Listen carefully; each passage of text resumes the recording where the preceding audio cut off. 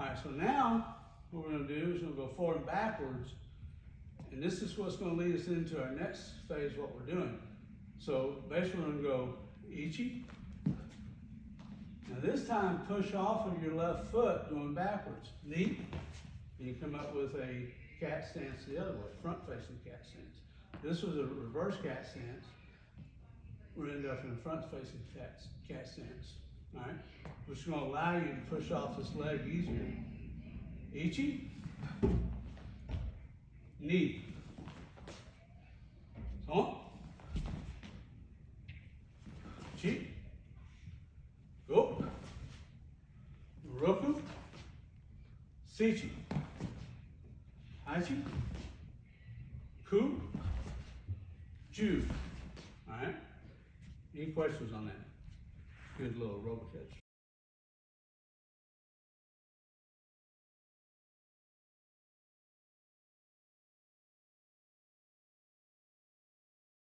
So you have to assess any situation, any threat analysis. You look at any type of threat analysis anywhere.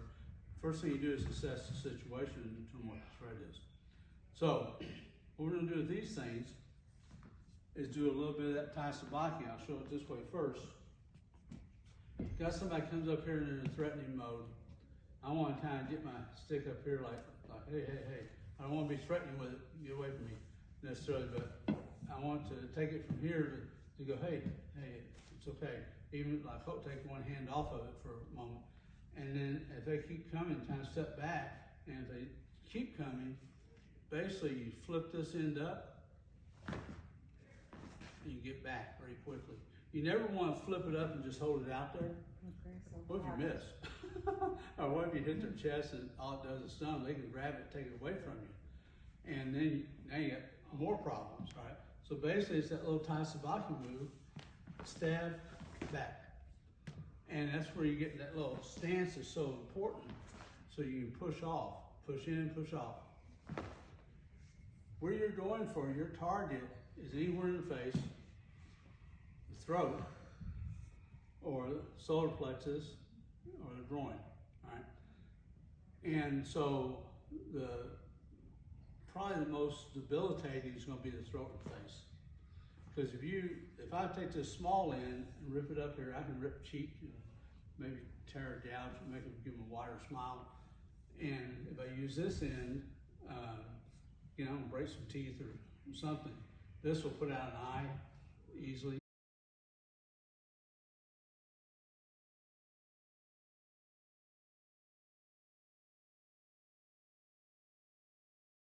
So anyway, so we're sitting out here, somebody comes up and they start kind of in an aggressive manner. First thing you want to do is kind of, whichever foot you think you're going to push off on, put that one back a little bit, go, oh. And at that point, you kind of bring it up, go, wait. And that puts this in your hand without seeming to, unless the guy's had a lot of training, he's probably not, he may think you're going to reach up there and whack him with it, but that's pretty easy to stop, actually. But you're right here going, whoa, and then, but you're putting yourself back in that position. You draw, step back here, pull this foot back just a little bit, and you'll wait, stop. If that works, great. It's all said and done. But let's say it doesn't work. So first move is, when the aggressor comes, first move is going to step back, that right foot, or left, whichever your preference is. Draw back to the left foot a little bit, bring your cane or your umbrella up, and basically just, when you're right here, yeah, like that. And you can let go of it in one hand, that's a little less threatening for the guy, but it's still right here when you can grab it, right? So it's like, whoa, stop. Then they're coming in, you're gonna come down and grab it, lift this end up, and toe in. And back. All right. You're just aiming for anywhere up in here. And if you hit them anywhere, it's probably gonna slide. Do that all one move. Ichi.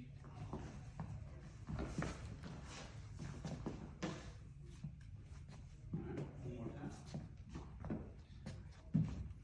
Ichi.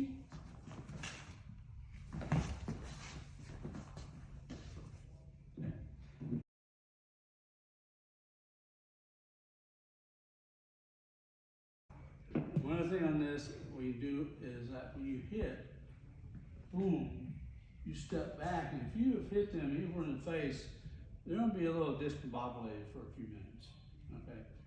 Be a little disoriented because you just struck them right where they live, okay? So if that happens, you make the strike and come back and you see they're like, hey, hey, hey. And basically you take this up and you, boom, right here, not a baseball swing, boom. If they come in and they're faster than you are and they grab you, you can come in and try to pull away. When you do, you come in at that knee. So that's a couple other things you can do with this. Because you're already up here, right? You're getting ready to make a move. Suddenly they're there. They're faster than you are. Step aside, do your Tai Sabaki like we're doing, and bring this down and attack the side of the knee. Swinging it up here at the upper body is almost guaranteed you're going to have it taken away from you. If they have any training at all. All right.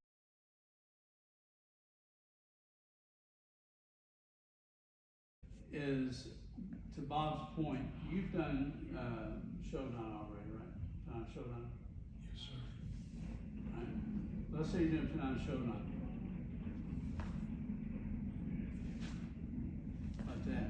Or Pinan Shodan here. Because in Pinan Shodan, you're coming here, you're stepping forward. So basically just, or use what you've learned. First basic, like this, right? So you come up here, got a couple guys here, come up here, right to the knees.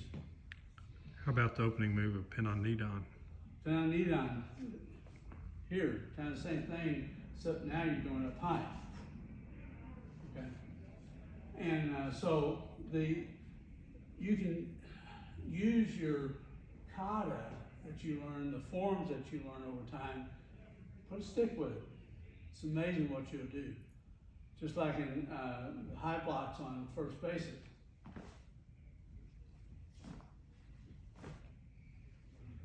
You can add to that. Okay. So just want to show those things to you this time, and hopefully it's interesting and it's something that, again, you can practice over time. Practice is what makes perfect. And again, this is another tool that go in your toolbox, your self-defense toolbox. It won't get you out of everything. It won't answer every challenge.